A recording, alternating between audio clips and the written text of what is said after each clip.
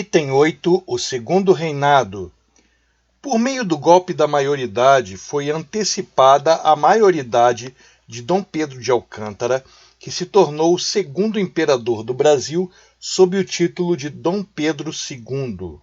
Dom Pedro II tornava-se imperador aos 14 anos de idade. Ao contrário do conturbado período regencial, durante a maior parte do segundo reinado, houve estabilidade política, social e grande crescimento econômico em razão da expansão da lavoura cafeeira, especialmente no oeste paulista. O café tornou-se a força motriz da economia brasileira durante a segunda metade do século XIX, impulsionando fortemente as economias das províncias do Rio de Janeiro, São Paulo e Minas Gerais. À medida em que a lavoura cafeeira foi se expandindo para o interior do Brasil, trouxe consigo enorme progresso por intermédio de uma farta rede ferroviária. Do ponto de vista político, instalou-se uma monarquia parlamentarista, porém com características muito especiais.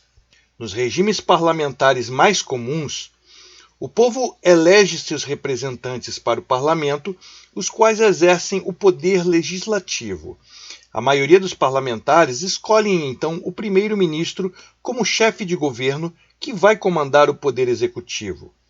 Nessa forma de governo, o monarca exerce apenas a chefia de Estado, ou seja, ele não exerce funções governamentais.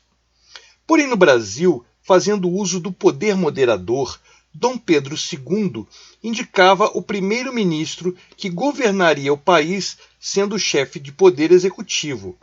O primeiro-ministro convocaria eleições para a formação do parlamento, a quem caberia o poder legislativo. Tal forma de governo peculiar do Brasil ficou conhecido como parlamentarismo às avessas. Em plena sintonia com o que estava acontecendo no mundo no ano de 1848, onde a Europa era sacudida pela primavera dos povos, uma série de revoluções liberais, na cidade de Recife, em Pernambuco, acontecia a última revolta do período monárquico brasileiro. Essa revolta ficou conhecida como Revolução Praieira e aconteceu no período entre 1848 e 1850. Foi uma revolução de caráter liberal e republicana. Em 1865, ocorreu o mais grave conflito da história da América do Sul, a Guerra da Tríplice Aliança, também conhecida como Guerra do Paraguai. O conflito aconteceu graças à falta de limites fronteiriços claros entre os países envolvidos e pela demanda por livre navegação na Bacia do Prata. Além disso, houve também a questão do expansionismo territorial do Paraguai.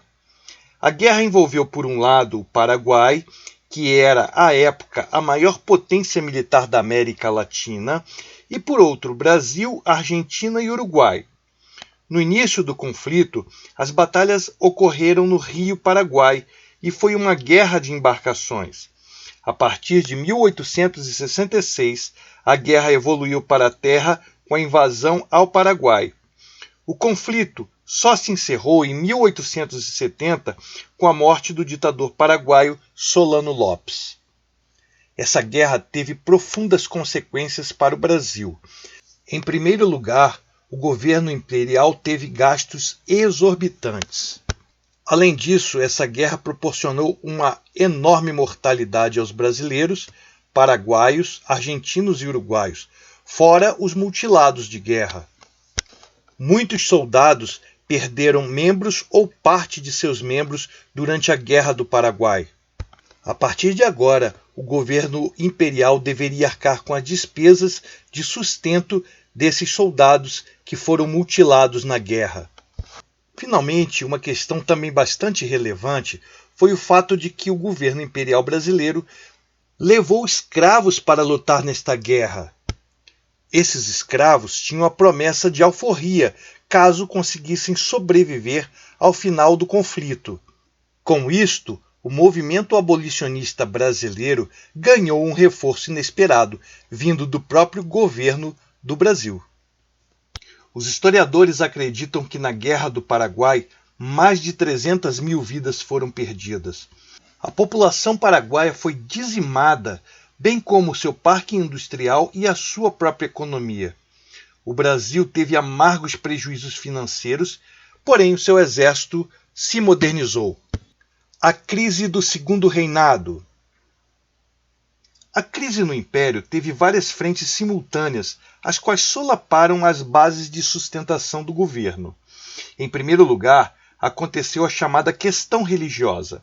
No Brasil, a Igreja Católica era mantida pelo governo, por meio de instituições conhecidas como padroado e beneplácito.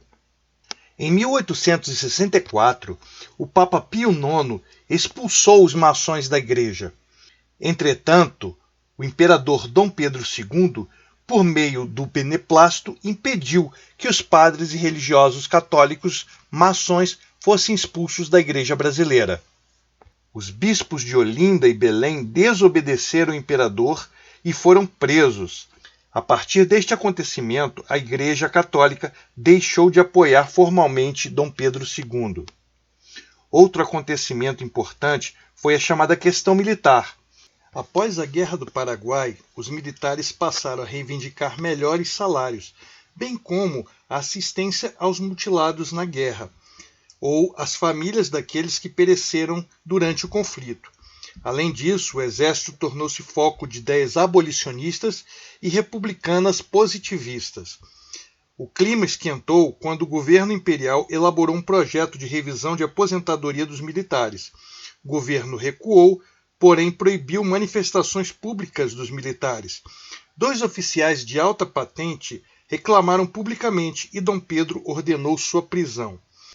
Entre 1887 e 1889, o Marechal Deodoro da Fonseca, amigo pessoal de Dom Pedro II, se reuniu com vários militares defensores do regime republicano, como Cunha Matos, Sena Madureira e Benjamin Constant, dentre outros. No final, foram justamente os militares que derrubaram o regime monárquico e implantaram o regime republicano no Brasil. Na província de São Paulo, especialmente no oeste paulista, circulavam com bastante intensidade ideias abolicionistas, uma vez que os cafeicultores dessa região já empregavam em larga escala mão de obra imigrante. Também proliferavam ideias republicanas, uma vez que esses cafeicultores paulistas se sentiam excluídos pelo governo imperial. Além de tudo isto, as classes médias urbanas não se sentiam representadas pelo governo imperial. Circulavam muitas ideias sobre federalismo, ou seja, uma maior autonomia política para as províncias. O golpe fatal veio quando, em 1888, a filha de Dom Pedro II, a princesa Isabel, assinou a Lei Áurea. Dom Pedro II perderia, por essa razão, sua última base de sustentação no poder, a aristocracia rural. Em 15 de novembro de 1889, o Marechal Deodoro da Fonseca liderou o golpe final ao combalido regime monárquico brasileiro. Assim iniciava-se a República e a família real se via obrigada ao exílio.